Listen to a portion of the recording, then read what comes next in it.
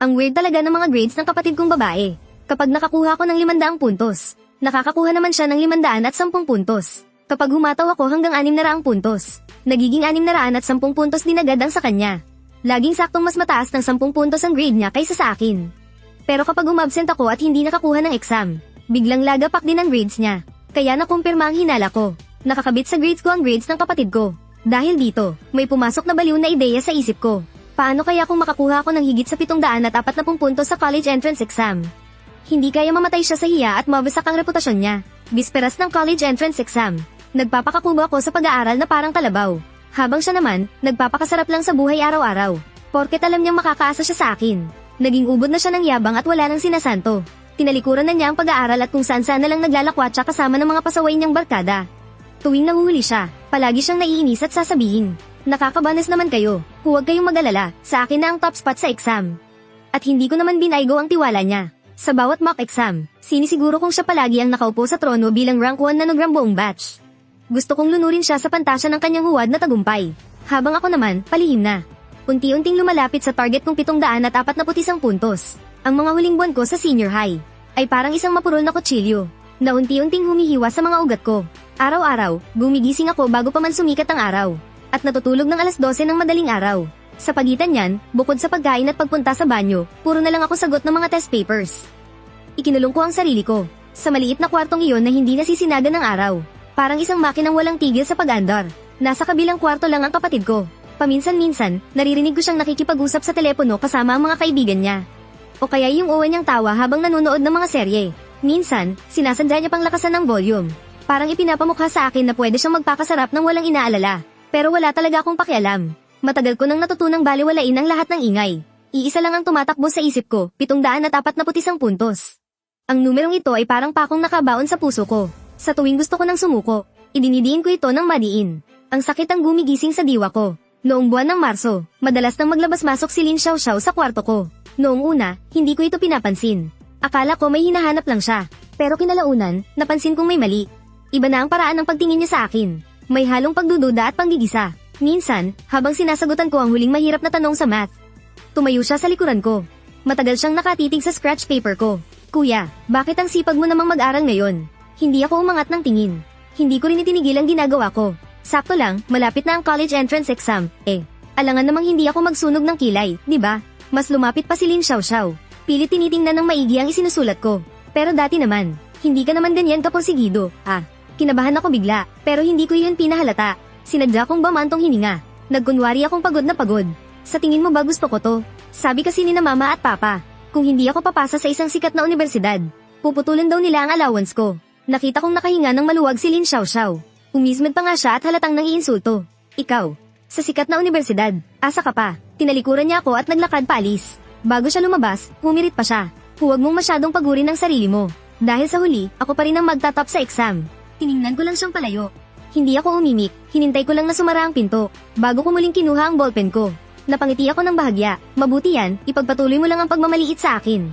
Dahil habang mas minamaliit mo ako, mas nagiging ligtas ako." Pero hindi pa rin tuluyang nawala ang paghihinala ni Lin Xiaoxiao. Sa mga sumunod na araw, paimpol niya akong pinapakiramdaman kung hanggang saan na ang na-review ko. Tinatanong niya kung anong score ang makukuha ko sa mock exam. Minsan nga, sinasadya pa niyang magsabi ng mga nakakadaw na salita sa harap ko. Para sirain ang diskarte at kumpiyansa ko. Pero sinabayan ko lang ang laro niya.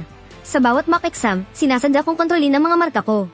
Para hindi ako masyadong agaw pansin. Pinapanatili ko lang ang sarili ko sa top 5 nanograms buong batch.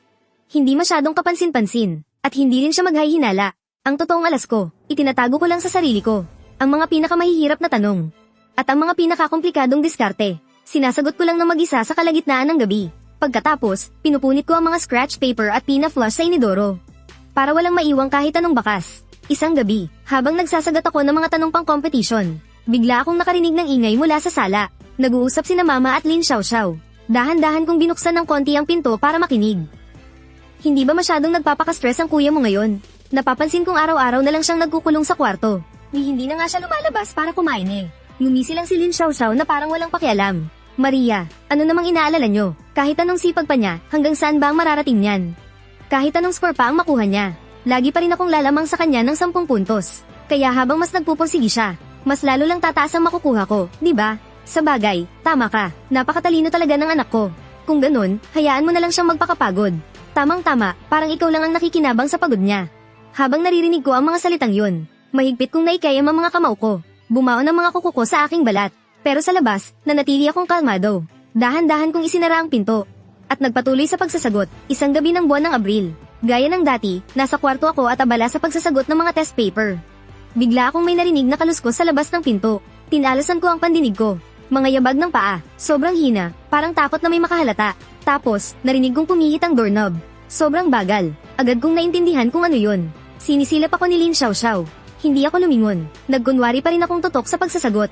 Pero ang totoo, pinalitan ko na ang hawak kong test paper ng isang simpleng set ng mga basic na tanong. Yung mga reviewer na mahihirap talaga. Matagal ko nang itinago at nilock sa pinakasulok ng drawer ko. Nag-iwan ng manipis na puwang ang pinto. Sa gilid ng mata ko, nakita ko ang kalahati ng mukha ni Lin Xiaoxiao. Tinitingnan niya ang mga gamit sa ibabaw ng mesa ko. Sinadya kong bamantong hininga ng malalim. At nagsalita mag-isa. Bakit ba mali na naman tong sagot ko? Ang hirap naman ito. Pagkatapos noon, dahan-dahang sumara ang pinto. At unti-unting lumayo ang mga yabag niya. Umayos ako ng upo, at napangisi ng malamig. Lin Xiaoxiao, habang lalo kang nag-iingat sa akin. Lalo lang lumalabas na guilty ka. Alam mo sa sarili mo, higit ka ninuman. Na hindi iyo ang mga markang yan.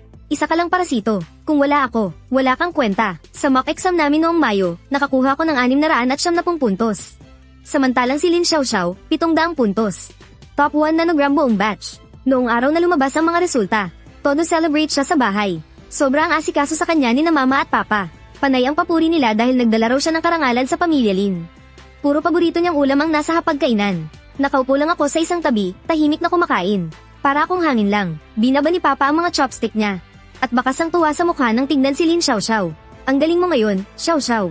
Mapanatili mo lang yan, sigurado na ang college entrance exam mo. Ang talino talaga ng anak ko. Siyempre, kanino pa ba magmamana? Mayabang na sumulyap sa akin si Lin Xiaoxiao. Habang may nakakainsultong ngiti sa mga labi. Kuya, galingan mo ha. Huwag kang masyadong magpahuli sa akin. Baka mapahiya si na mama at papa sa'yo. Tumango lang ako, hindi na nakipagtalo, at nagpatuloy sa pagkain. Pero sa loob-loob ko, natatawa ko. Sige, magpakasaya ka lang. Dahil ito na ang huling pagkakataon na sisikat ka. Nang gabing iyon, paikot-ikot ako sa kama at hindi makatulog. Paulit-ulit kong pinaplano sa isip ko. Ang mga mangyayari sa 2 araw ng exam. Lahat ng posibleng mangyari. Dumating ang buwan ng Hunyo, ang inaabangan na exam. Gabi ng ika-6 ng Hunyo. Lumabas si Lin Xiaoxiao para makipag-inuman sa mga kaibigan. Para raw mag-celebrate in advance. Imbes na pigilan siya ni mama, binigyan pa siya ng makapal na pera. Sabi pa niya, napagod daw ang anak niya. Kaya kailangan itong mag-relax. Pinapanood ko ang lahat ng ito mula sa puwang ng pinto ng kwarto ko. Wala man lang akong naramdamang inis. Nakakatawa lang isipin. Samantalang ako, alas 8 pa lang ng gabi ay natulog na. At nag-set ng alarm ng alas 6 ng umaga para kinabukasan. Nakahiga lang sa kama. Kalmadong-kalmado ang pakiramdam ko. Parang isang mandirigma na naghihintay na lang bumunot ng espada. Lahat ng pagtitiis ko, magbubunga rin ang lahat bukas. Kinaumagahan, gumising ako sa tamang oras. Sumubo lang ako ng kaunting almusal, tapos umalis na. Hinatid ni mama si Lin Xiaoxiao sa exam. Samantalang sa akin, walang ganang sinabi na galingan ko raw. Tumango lang ako, wala na akong sinabing iba. Sa isip-isip ko, total ito na naman ang huling pagkakataon. Pagkatapos nito, wala na tayong pakialamanan sa isa't isa. Ang exam namin ay sa lumang building ng school. Napunta ako sa ikatlong palapag, doon sa upuang malapit sa bintana. Sakto ang pasok ng sikat ng araw doon. Umupo ako at inayos ng isa-isa ang mga gamit ko. Huminga ako ng malalim, ipinikit ang aking mga mata. At tahimik na sinabi sa sarili, 18 taon mong hinintay ang araw na ito. Huwag kang magpapatalo. Tumunog na ang bell para sa exam. Pagkabukas ko ng test paper, naging sobrang linaw ng pag-iisip ko. Pamilyar sa akin ang bawat tanong, parang mga lumang kaibigan. Bawat patibong sa reading comprehension. Inaasahan ko na. Yung topic naman sa essay, sakto sa klase ng essay na inensayo ko na ng napakaraming beses. Kaya dir-diretso lang ang pagsusulat ko. Pagkatapos ng exam, paglabas ko ng kwarto, agad akong sinalubong at hinarang ni Lin Xiaoxiao. Ang ganda ng makeup niya. Pero baka sa mga mata niya ang patagong kaba. Tinanong niya kung kumusta raw ang exam ko. Sabi ko, ayos lang. Kumunat ang noo niya at pilit na nagtanong. Anong ayos lang? Gaano kaayos? Ilan ang mali mo sa multiple choice? Tiningnan ko siya. Bigla akong natawa. Sinusubukan niyang alamin ang score ko. Para may kumpara at makalkula ang magiging grades niya. Ewan ko, hindi ko pa nakukumpara ang mga sagot ko. Napaismed si Lin Xiaoxiao. Halatang hindi siya nakontento sa sagot ko. Pero hindi na rin siya nangulit pa. Tumalikod na siya at umalis. Pinagmasdan ko ang paglakad niya palayo. At naisip ko, ano bang ipinagmamadali mo? Lalabas din naman bukas ang mga resulta eh. Bukas mo palang mararamdaman ang totoong kaba. HMP, kinahapunan, sa kalagitnaan ng exam namin sa math. May hindi inaasahang nangyari. Biglang sumakit ng sobra ang tiyan ko. Siguro panis o madumi yung nakain ko kaninang umaga. O baka naman sa sobrang stress lang. Pinagpawisan ako ng malamig. Napayuko ako sa desk ng ilang segundo bago ako nakabawi ng hininga. Nilapitan ako ng proctor at pabulong na nagtanong. Anak, ayos ka lang ba? Gusto mo bang pumunta sa klinik? Umiling ako, nagtiimbagang, at sinabi. Okay lang po ako. Nagpapatawa ba siya? 18 taon kong hinintay ito. Para lang sa exam na to. Kahit mamatay pa ko, dito ako mamamatay sa test paper na to. Kinurot ko ng madiin ang hita ko. Sobrang sakit, pero dahil doon, panandalian kong nakalimutan ang sakit ng tiyan ko. At ipinagpatuloy ko ang pagsasagot. Minsan, lumalabo na sa paningin ko ang mga numero at formula. Pero pinilit ko pa rin, gamit na lang ang muscle memory ko. At nasagutan ko ang bawat isang tanong. Doon sa pinakamahirap at huling tanong, gumamit ako ng 3 magkakaibang paraan para i-double check ang sagot ko. At nang makasiguro akong tama, doon ko lang ibinaba ang ballpen ko. Paglabas ko ng room, halos himatayin na ako sa sobrang panghihina. Humanap ako ng sulok na walang tao, napaupo roon. At matagal bago ako nakabawi ng lakas. Nag-message si Lin Xiaoxiao at tinanong kung kamusta raw ang exam ko sa math. Ang nireply ko lang, ayos lang. Wala pang isang segundo, nag-reply siya ng isang mayabang na emoji. Halatang feeling niya sure win na naman siya. Tinitigin ko yung emoji na yun. At natatawa na lang ako. Sabi nga nila, ang mga walang alam, walang kinatatakutan. Bagay na bagay yun sa mga taong katulad niya. Science at English ang exam namin nung ikalawang araw. Halos bumalik na ako sa dati kong kondisyon. Gamay na gamay ko ang 2 subject na to. Lalo na yung science, yung mga mahihirap na tanong sa physics, pag-analyze sa chemistry, at genetics sa biology. Lahat yan, pabalik-balik ko nang nai-practice. Tuloy-tuloy lang ang pagsagot ko, halos walang kahirap-hirap. May natira pa nga akong 20 minuto sa huli. 2 beses kong binalikan at chinek ang bawat sagot ko. Para siguraduhin walang kahit na anong pagkakamali. Wala na ring question sa English. Mahihirapan talaga ang nagche-check na hindi ako bigyan ng mataas na marka. Pagkatapos ng huling exam at paglabas ko ng testing room, tumayo ako sa may entrance ng building. Tumingala ako sa langit, nakakasilaw ang sikat ng araw. Pero hindi ako umiwas, nanatili lang akong nakatayo ng tuwid doon. Hinayaan kong tumama ito sa mukha ko. 18 taon, sa wakas, nakawala na rin ako. Si Lin Xiaoxiao ang unang sumugod para harangin ako. Ang tingkad ng suot niya ngayon, para siyang isang mayabang na paboril. Bakas na bakas sa mga mata niya ang kasakiman. Tinanong niya kung kamusta raw ang exam ko. Ayos na ayos, sobrang ayos, higit pa sa inaasahan ko. Sa buong buhay ko, ngayon lang ako naging ganito kasigurado. Biglang kuminang ang mga mata ni Lin Xiaoxiao. Para bang nakakita siya ng bundok ng ginto at pilak. Tumalikod siya at patakbong pumunta kina mama at papa para magpasikat. Ma, sabi ni kuya, sobrang ayos daw ng sagot niya sa exam. Kaya sigurado akong mas mataas ang makukuha ko. Habang pinapanood ko siyang tuwang-tuwa na naglalakad palayo, napangitilin ako, isang ngiti ng mga ngaso habang nakikitang nahuhulog ang kanyang biktima sa patibong. Lin Xiaoxiao, alam mo ba kung ano ang itsura mo ngayon? Para kang isang gamo-gamo na sugod ng sugod sa apoy, na akala mo ay araw. Nung summer vacation pagkatapos ng entrance exam, nagpakasasa ng husto si Lin Xiaoxiao at ginawa lahat ng gusto niya. Buong yabang siyang nangako kina mama at papa na pasok siya sa top 10 nanograms buong probinsya. Humingi na agad siya ng malaking advance sa allowance niya. Hindi lang niya basta pinalitan ng pinaka-latest at high-end na model ang cellphone at laptop niya. Kinuha pa niya yung perang pinaghirapang ipunin ni na mama at papa, at nilustay kasama ng mga walang kwentang kaibigan niya. Araw-araw siyang nagpo-post sa social media.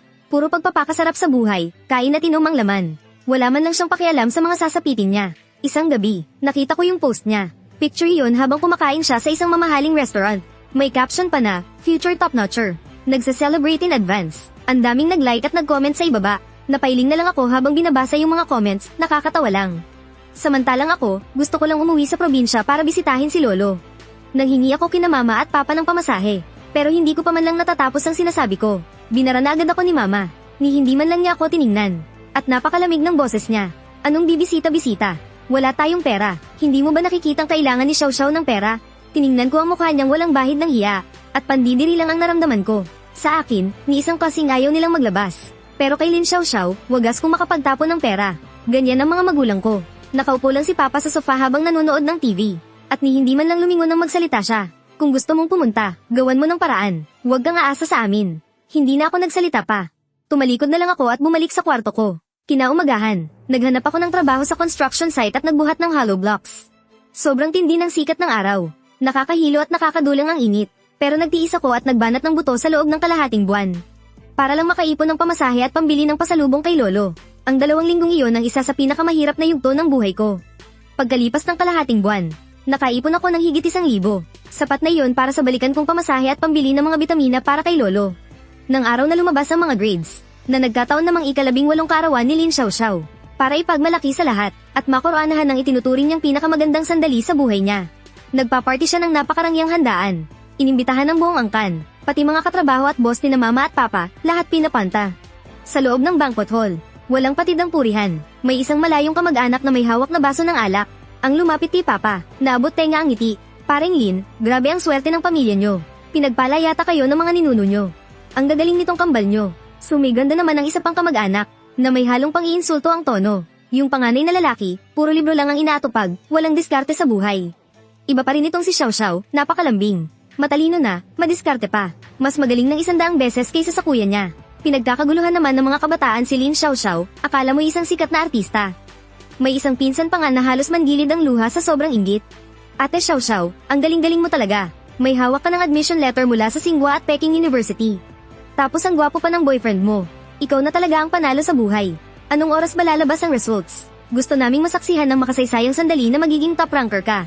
Huwag kayong magmadali. Kung pasok siya sa top spot ng buong probinsya, mauunang tatawag ang admissions ng Tsinghua at Peking University para kunin siya. Pagkasabi nito, biglang ang tumunog ang telepono. Sa akin tumatawag, habang gulat na nakatingin ang lahat. Sinagot ko ang sunod-sunod na tawag, mula sa admissions office ng Tsinghua at Peking University, pati na rin sa mga propesor ng iba pang sikat na universidad. Magalang akong nagpasalamat, at sinabing pag-iisipan ko itong mabuti. Halos lumuwa ang mga mata ni Lin Xiao Xiao. Habang masamang nakatitig sa cellphone niyang walang kaingay-ingay, pinipilit niyang isalba ang pride niya. At nanggigil na sumagot, ang pinakamaganda, laging huling lumalabas. Nanggigigil niyang idinugtong, at sa wakas, nagbukas na rin ang portal para i-check ang scores. Nagunahan ang lahat sa pagpilit kay Lin Xiao Xiao na mag-login. Sa isang sulok, tahimik ko ring binuksan ang pahina para makita ang resulta. Kahit natiwala ako sa sarili ko, pero ngayong titingnan ko na ang marka ko, hindi ko pa rin maiwasang pagpawisan ang mga palad ko. Lumingon muna si mama at tinanong ako, parang wala lang sa kanya, kung ilan ang nakuha kong marka. Pinakita ko ang screen ng cellphone ko sa lahat, at mahinahon kong sinabi, nakakuha ko ng 741 puntos. Napanganga ang lahat, pinigilan ko ang matinding tuwa na sumasabog sa dibdib ko, at nanatiling dangko ang mukha ko. Nagtagumpay talaga ako. Natigilan sandali si mama, bahagya lang siyang tumango, at hindi na nga ulit tumingin sa akin. Agad siyang lumingon at lumapit kay Lin Xiao Xiao. Nanginginig pa sa tuwa ang boses niya. Bilis, Xiao Xiao, sigurado akong mas mataas ang sayo. Pinagkaguluhan si Lin Xiao Xiao, kaya wala siyang kawala. Nanginginig ang mga daliri niyang pinindot ang enter. Sa sumunod na segundo, biglang nanigas ang mukha niya. Yung mukha niya, parang nakalunok ng langaw. Nakapaskil sa screen ng 30 pulang numero, 751. Nanginginig na ang boses ni Lin Xiao Xiao. Bumalatang nakakabinging katahimikan sa paligid. Hanggang sa may isang malayong kamag-anak na walang kaalam-alam. Datang patuloy pa rin pumupuri sa kanya. Aba, 751 puntos. Mas mataas pa ng 10 puntos sa kuya niya. Talagang henyo itong si Xiao Xiao. Teka, kung tama ang pagkakaalala ko, datang perfect score sa exam ay hanggang 750 lang ah. Biglang nanlamig ang buong paligid. Nataranta si Lin Xiao Xiao at pinagpawisan ng malamig. Kaya nasira at kumalat ang maganda niyang makeup.